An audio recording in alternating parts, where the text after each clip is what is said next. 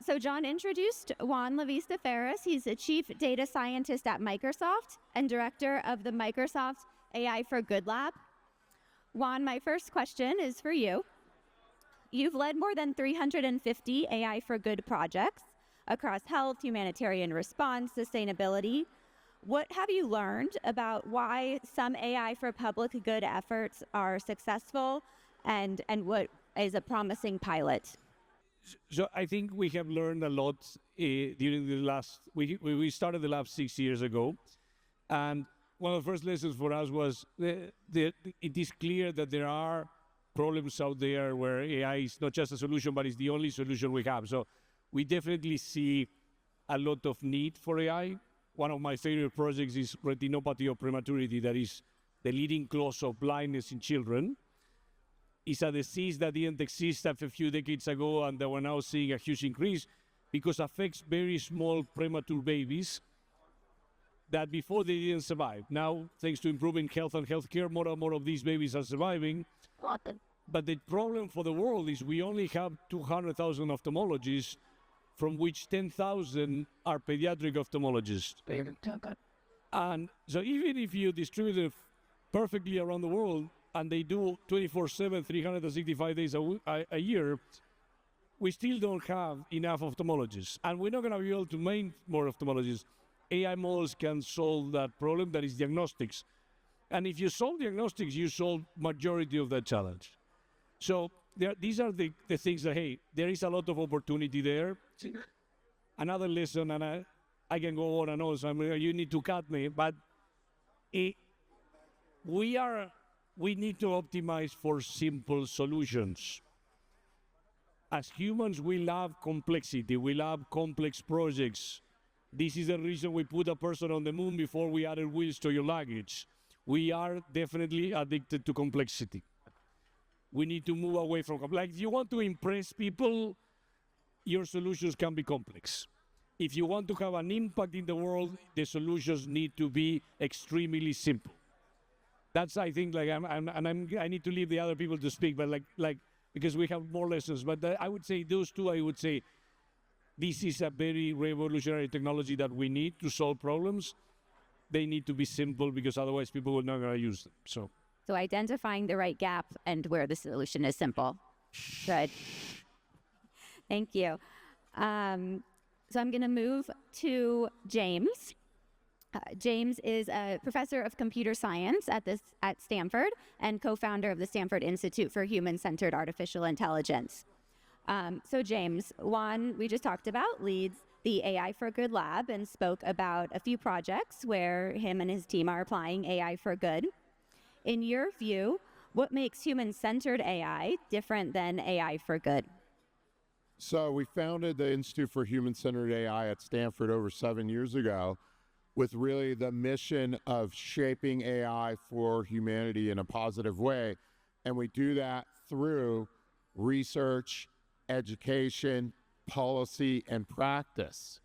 And one of the keys there for me really was to think about, well, what is this? How do we go about it? And so we've had 3 principles that have guided the Institute from the beginning. The first, H, human impact. This technology is so potent, it is going to impact the world in both positive and negative ways. And therefore, we need to actively guide it in the way that we want to. We need to study ethics. We need to study policy, as well as figuring out how to do it right. A, we really want to make sure that we're designing AI to augment people rather than replace them. There will be some job disruption. Anyone who tells you that's not true is giving you something that's let's say, a bridge that I could sell you. So there is going to be disruption. We need to make sure governments are aware of it. But there will also be lots of new jobs created and jobs that change. But we have to, again, design for that. We need to design for systems that augment people, take advantage of what we're good at, and take away the parts that we don't like or not good at. And then finally, deep learning has gotten us really far, but it is not the be-all, end-all for intelligent systems. A lot of the flaws that you see in AI today are not going to go away. It is inherent to the algorithms that are being used, and it will take still a lot more research to solve these problems. So we fund research in neuroscience, social behavioral science to be influencing new algorithms for the future. Now, why is AI for good not good enough? You can't simply have good intentions and create AI systems that are going to necessarily have positive impact. You actually need to think about how to develop these systems differently, because AI systems have impacts beyond the direct user. They have impacts on the broader community, and if they're really successful, they have impacts on society, sometimes negative. And so we actually have to change how we do design. User-centered design has gotten us really far, but we need to go beyond and think about community-centered design and societal-centered design and integrate across it. And then finally, if we want to shape AI for good of humanity, we need to engage with humanity around the world. So we're trying to work with other centers that want to do human-centered AI in an open science, open data, open class way all around the world, so that we can do this together and have AI for the good of society and be a counterweight to what you might see from industry. So I'm actually happy that we have Mena here, because we're happy to announce today we signed an MOU between Stanford HAI and ETH and EPFL and the Swiss AI Institute to collaborate on doing human-centered AI for the good of society, and we'd like to find other great partners around the world as we do this. Yeah, great, thank you. So, yeah. On that note, I'll move to Mena. So I guess kind of two parts. One, if you wanted to say anything more about the collaboration, but also James mentioned Swiss AI. Can you talk a little bit about what that is, apparatus, and how ETH Zurich is involved? Yeah, thank you. So a couple of years ago, ETH and EPFL came together in order to figure out how do we create the most good for society based on the Alps infrastructure, the supercomputer we have sitting here in Lugano. And we teamed up all of the researchers at both institutes who work on AI in order to develop different foundation models, but also different application verticals, and push that for social good. And one of these projects is Apertus. It's a truly open language model, open data, open weights, and it's multilingual. And we're trying to integrate a lot of different languages and different cultures so that we can fine-tune the model as a digital public infrastructure for other people to develop on top of that. So when James and I met a couple of Davoses ago, we were talking about intelligence augmentation and how we can empower humans by creating truly adaptive systems for different types of stakeholders. How do we know when to give explanations? How do we get feedback from humans and incorporate it? And how do we really build something beyond just a base model and talk with different stakeholders? So one of the things that came out of that is our signing of that MOU, and I'm really looking forward to state-of-the-art research on human-centered AI.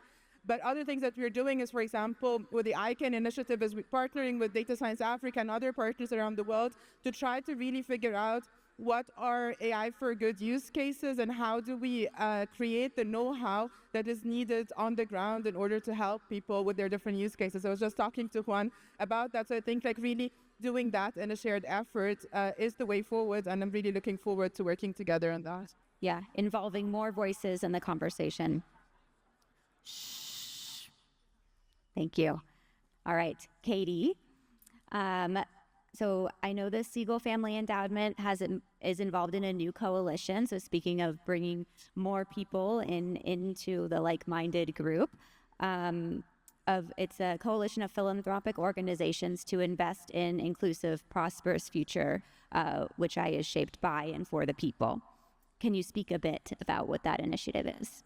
Yeah, so we are part of the founding members of a $500 million initiative called Humanity AI, which is a group of philanthropies, including us at Siegel, Omidyar Network, KPOR, the folks at Ford, Doris Duke, and MacArthur Foundation, and I'm probably forgetting some others, but we've come together to commit both a pooled fund and aligned grant-making dollars toward all of what's being talked about on this stage. At Siegel, our work is focused on technology and society for over a decade.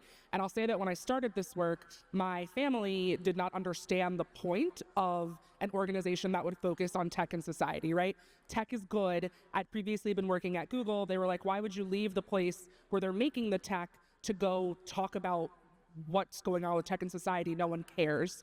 I'll say fast forward to a couple of years ago, I think they get it now, why tech and society is an equation that we need to solve for, and why technology being built in a silo in one place in the valley is not going to serve and solve all of humanity's problems. So when we came together as philanthropists, we looked at the landscape of opportunity, but also the landscape of risk.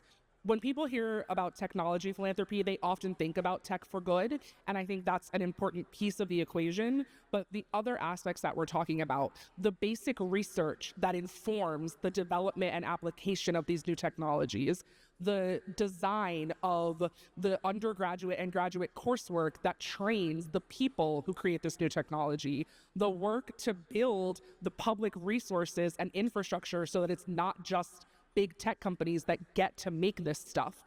All of that somehow rests on the largesse of some philanthropists and to a less and less extent, unfortunately, our governments. And so we're trying to determine the path forward in the face of massive investment, massive scaled investment from industry, so that civil society and the people who want to build in the public interest have just as much opportunity to design and deploy applications that will serve humanity for the better rather than just for whatever the bottom line of a tech company is. So I'm going to just go back to Juan for a second. I asked you the question first about AI for good, and then all the other panelists talked about these other kind of aspects of AI for good. Do you have any reactions to what was said? No, I think this is very aligned. Particularly, we don't want this technology to be like mainly just on silos. I fully agree on that. I do think that collaboration, and I look forward to collaborate with both Stanford and ETH. I do think a lot of magic comes from these collaborations. I think for all of the projects that we see two angles. We see the bridge between us and the people that need to use the technology, and that's a very important bridge. We need to have the organizations, we need to work with them, we need to do the transfer, and we collectively, there's enough problems for everybody in the world. We collectively need to work together to make sure that we maximize the use of our brains to help solve these problems. So, thank you. And then, I guess other panelists, I do have one more lightning round question for each of you, but before, I wanted to ask you all any other reactions or things that came to mind as the other folks were speaking. Well, I would just add that one key to solving these problems, besides having these different analyses at the community and society level, is who is on the team. We cannot build these solutions with just engineers. We need actually diverse teams that have designers, have social scientists, have domain experts in the area, law, medicine, environment that we're working for. And we have to have them as true partners on these teams from the start, not added at the end to check, oh, is this safe to put out there? We actually will change the kinds of technologies that we build by both changing the process, but also changing who is part of the team that's designing and building the technology. Maybe in the addition to the infrastructure that we're currently building, I think we really need to increase the engineering capacity at universities so that we are able to produce that type of work, open it up for society, and be like a mediator to all of the different communities that require that. So our work is really centered about trying to be as modular as possible with the infrastructure, but also try to rethink the way universities hire engineering capacity and how we actually can compete with tech in order to produce that type of architecture. All right. One last question, and we'll go. Each of you can give a response. So, Juan, in your book, AI for Good, you emphasize moving from technological possibility to societal value. From each of your perspectives, what patterns or trends have emerged in your work that you believe policymakers or funders still underestimate when it comes to translating these technical possibilities into that societal value? The first and I think more important is the focus on apply, correct? So there's a difference between applied research and research. Is like in applied research, our objective is to have an impact. And I think a lot of times people think of solving a problem is you publish a paper. There's a huge difference between publishing a paper and having that problem in production. And let me tell you the truth. That is the most difficult part. But there's a huge amount of problems that are solved in a paper that are not going to be solved in production for a long time. The world, it's not that we need less researchers, but we definitely need more applied researchers. That's the first. The second one is we need to help build capacity. I agree 100% with James. Like, we need to be working. The biggest mistake that we can make is to think that we know how to solve the problem and work without subject matter experts. That's a no-no. Like, if you're working on a problem and you think you have the solution and you're not working with subject matter experts, you're gonna fail, and that's gonna be an AI for bad problem. We need to always be working with them, in collaboration with them, understanding the data, and then help make that transition, help do that knowledge transfer, make sure that they are ready to get that information from us. So, Katie? I think the one or two things that are greatly underestimated. One is the immense value of a clearly defined problem. I think in the social impact space especially, people expect us to be able to solve for everything, and the pressure to do that is so immense that we often look at a new technology and say, okay, well, that should solve it now. Or the tech builders say, okay, I've got the silver bullet. And the reality is social problems are incredibly complex and dynamic. If you can't clearly articulate what it is that you're trying to solve for, there's no technology that is going to create the change that we hope to see in the world. So until you've clearly defined what you are trying to address, I don't think you can have the sort of powerful solution that you anticipate having. So that's often my advice to builders who ask, how can I get involved in helping nonprofits? Figure out what you're trying to help with so that you can actually be helpful. James? Re-ask the question. All right. So what patterns or trends have emerged in your work that you believe policymakers or funders still underestimate when trying to translate from the technical work into societal impact? Oh yeah, that's a really good one. So I think funders often think, I just take some technologists who bake the basic AI tech and I put them with a social scientist, and those two together will be able to solve the problem. Unfortunately, that gap is very large, and there's really a hard translation of even understanding the problems. And this is actually where design comes in. You actually need design as a field that ties together the different disciplines and is better able to solve the problem. It's just like the role that an architect serves in a building. You have mechanical engineers, you have civil engineers, you have networking engineers, but the architect is the one that ties it all together to do design. And it's the same thing for successful hard software problems. You need the design as the glue. You can't just take social science over here and technology over here and solve the problem. You need something in the middle. Great. And Mana? I can only agree with what was just said. At ETH, we're actually teaching a course called AI for Good. We're bringing students from computer science and different domains together and trying to really expose them to that interdisciplinary work. And there is a lot that happens when you're trying to be someone who can navigate both fields. And I think on the technical side, we still have so many open problems that we haven't been talking about enough.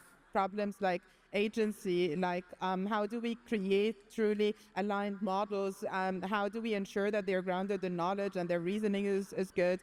There's a lot of problems about integrating human feedback in a truly meaningful way, especially in low resource settings. And how do we explain the underlying processes in a way that can be understood by multiple stakeholders? There's a lot there in this human AI collaborative setup that we still need to solve. And I think having best practices in the technical solutions for different types of disciplines is super crucial to get ahead. Yeah, the shared language, creating that shared language across disciplines. Good. All right. So that is all the time that we have. Let's give our panelists a round of applause.